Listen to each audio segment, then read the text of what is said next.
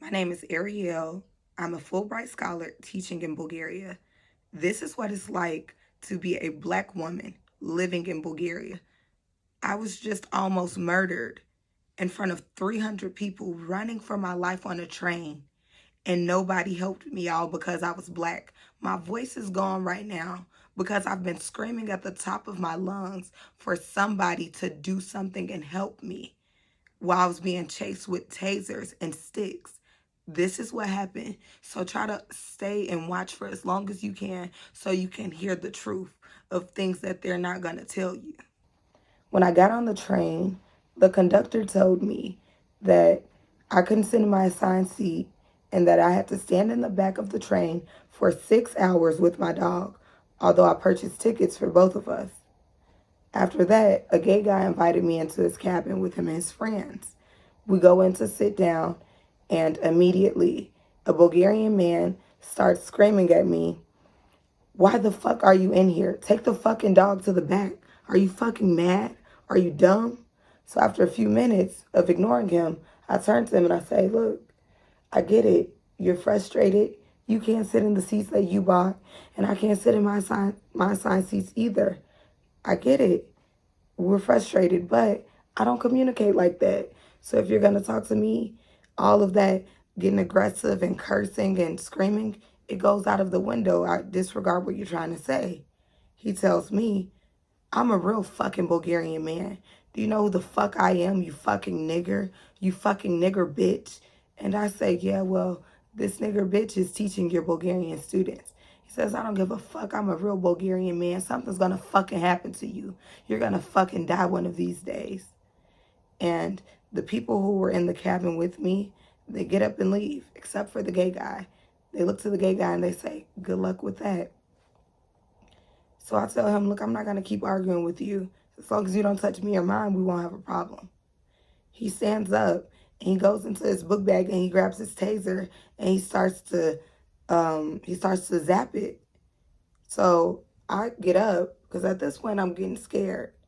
I get up, I leave out of the cabin and I grab my dog, and I'm doing this to create some distance and de-escalate, but at the same time I'm thinking something is about to happen. Pay attention and don't freeze. So he follows me out of the cabin and he tells me, he keeps continuing, "You fucking nigger bitch, and somebody's gonna handle you one day." He then chucks spit at me, spitting on my forehead, my eyelids, and my cheeks. So I grab my mace and I pepper spray him. I grab my dog and I turn around and I start running and I'm screaming, running through the aisles of the train saying, "Help. This man is trying to tase me, he's trying to kill me." The gay guy catches up to me and he says, "I'm sorry, I don't know what to do. Like, do I grab your bags? Do I follow you? What do I do?" And I say, "I know standing up to racism is hard. Thank you for saving my life. Stay with me as long as you can." And I keep running. And I start to call everybody that I know in Bulgaria. I made 5 calls. Nobody answered. So I then called 112, the police, and I'm telling them, "Hey, I'm on a moving train from Sofia to Veliko Turnovo, and the man is chasing me. He just spit on me. He's trying to tase me." They say, "What do you want us to do?" And they hang up because I can't speak Bulgarian. So now I'm still running, and I'm running into people's cabins. I run to a cabin full of men, hoping that they're not going to let this man get to me. And they push me out of the cabin back into the hallway. So I run into the cabin with the women, hoping I can hide behind them, and they push me back out, back into the hallway. So I call the only number that I have from the embassy, which happens to be somebody's personal number and not text. I say, "Emergency, answer." I call and he says, "Ariel, what's going on? Are you okay?" I say, "I'm on the train from Sofia to Veliko Turnovo. A man is chasing me with the taser. He's trying to kill me." He says, "I'm going to make some calls and I'm going to call you back. Try to stay safe." Is that all right? I said, "Yes. Thank you." And I'm still running, trying to get through all of these doors, and I'm bruising my knuckles trying to get through these train doors. And I call my mom and I say, "Mom, I'm on the train and this man just spit on me. He called me a nigger bitch and now he's chasing me. I don't know what's going to happen, but I love you." She tells me, "Stay calm, pay attention, and don't cry." I said, "Okay, I'll call you when it's safe." I hang up and I'm running. I'm still running. And out of all the 300 people on this train, nobody is still doing anything. Nobody's bending an eye. The people that look up, they're only looking up in disgust. So I finally get to barricade myself in one of these cabins, and people are still pushing me out, but this time I'm not moving because the two men who are now chasing me, because at first it was one, he's been running through this train saying, "You gypsy bitch, I'm gonna fucking kill you." So now he inspires another racist to grab a military grade baton and join in. Now both of them are standing in front of my door. The gay guy is telling me to come out. I'm saying I'm not coming out until they move. It's not safe. And then he ends up getting them to go into another compartment. I run all the way back. And then he tells me, I run all the way back to the last train. The gay guy comes and tells me, the people on the train called the police on you for macing him. The police are going to be waiting on you at the next stop. You got to get off and you got to go with them. And I say, okay. So the police get there. It's about 8 police, everybody on the train who didn't want to help. They're now getting off of the train to come and watch the spectacle. The police are only comforting the men who just chased me. And it wasn't until the embassy called and spoke to the police and insisted that they take my witnesses' information and statements that they did so.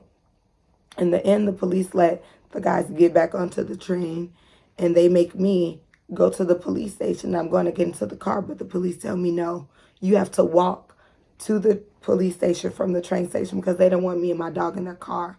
So now I'm starting to think that this nightmare is over, and the embassy is calling me and they're asking me, what do I need? And I'm saying, okay, just make sure I get to the police station because these people here don't care about me. Call me again in 30 to make sure I made it.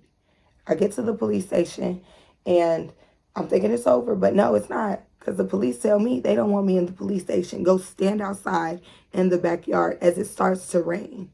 So I'm waiting at the police station for 3 hours, waiting on somebody from Fulbright to come and get me.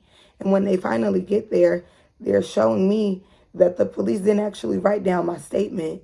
They wrote down things to fit the guy's narrative who was just chasing me. And they forced them to change it to tell the actual truth. And to be clear, it wasn't until the U.S. Embassy called their chief of police that they finally offered me a cup of water in the hours that I was waiting at the police station to be picked up. So now I'm living in a hotel waiting to return to the United States of America. So yesterday I went into the school that I taught at to tell my kids goodbye, but I told them exactly why I was leaving and I didn't leave out a detail. While some of the teachers started to deny that this was a racially motivated incident, the saddest part of all of this was that my kids started to cry and say, "We always feared that something like this would happen to you."